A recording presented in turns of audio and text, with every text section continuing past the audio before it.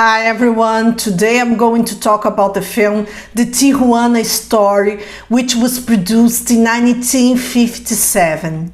Tijuana was a city in the border between Mexico and the United States, and it's portrayed as a kind of sin city, and one of its major sources of income was the American tourism.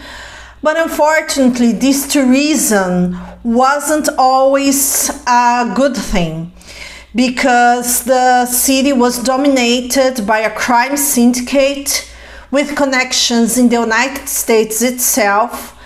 And this crime syndicate, it terrorized all citizens.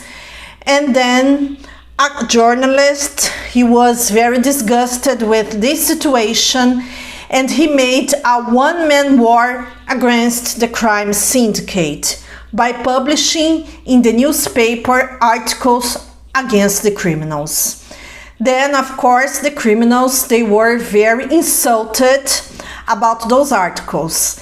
Firstly, they talked to the boss of this journalist, and the boss said there was nothing he could do because the journalist had a labor agreement with total creative freedom to talk about anything he wanted in the newspaper. But then the boss, he was threatened. The family of the boss of the newspaper was threatened too. And then to avoid being murdered together with his family, the boss of the newspaper, he tried to prevent the journalists from publishing those articles against the criminals. It didn't help. Then the leader of the crime syndicate, he tried to intimidate the advertisements of the newspaper to stop working with the newspaper so the newspaper could go bankrupt. Merely talking and threatening the advertisers, it didn't work out, so they had to throw bombs in some places, to beat up some people, and to do something more concrete to scare the advertisers. And indeed, the advertisers, they no longer advertised to the newspaper. However, they gave their money in private to the journalist so he could still publish articles against crime. And then we can also see the story of a girl who worked in the newspaper, and her family was very friendly with this journalist. She was approached in a rather aggressive way by an American schoolboy. And at first they didn't get along, but after a while they started to talk and being friendly with each other. And once this girl and the American boy, they went to the beach. And then they were there, but some days before talking with the woman, this American schoolboy went to a kind of nightclub, and he met an older woman there, and the woman introduced him to pot. And then he was involved with this bad thing. And when he was on the beach with his Mexican girlfriend, the police was there, and they had found out that this American schoolboy was involved with illicit drugs. And to run away from the police, the schoolboy, he went to the beach, he started to swim away until he drowned.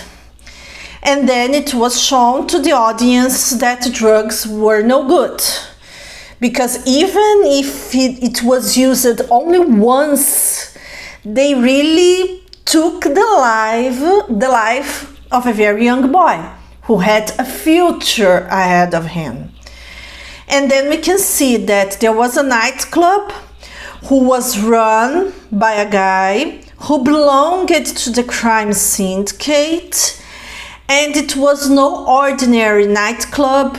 It was a kind of den of prostitution, drugs, and all the bad things. But it had a respectable facade. But it was only a facade.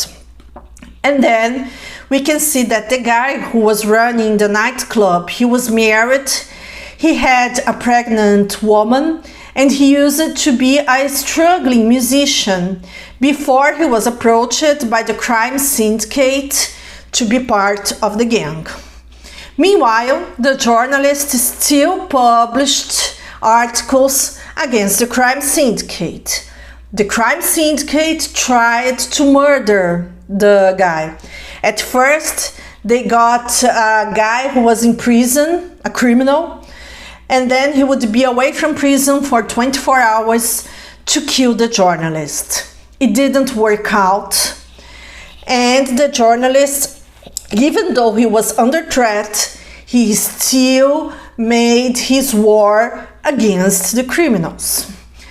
And then the guy who was running the nightclub, the musician, the former musician who had a pregnant wife, he regretted, he started to show some regrets of being mixed up with the criminal syndicate.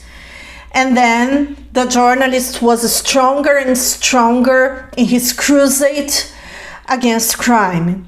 And unfortunately, as expected, he was murdered. And then it was a very strong disgust in the city among honest citizens that his death couldn't be in vain. This journalist, he had 3 children, and the eldest of them, the boy, he wanted to be a journalist like his father.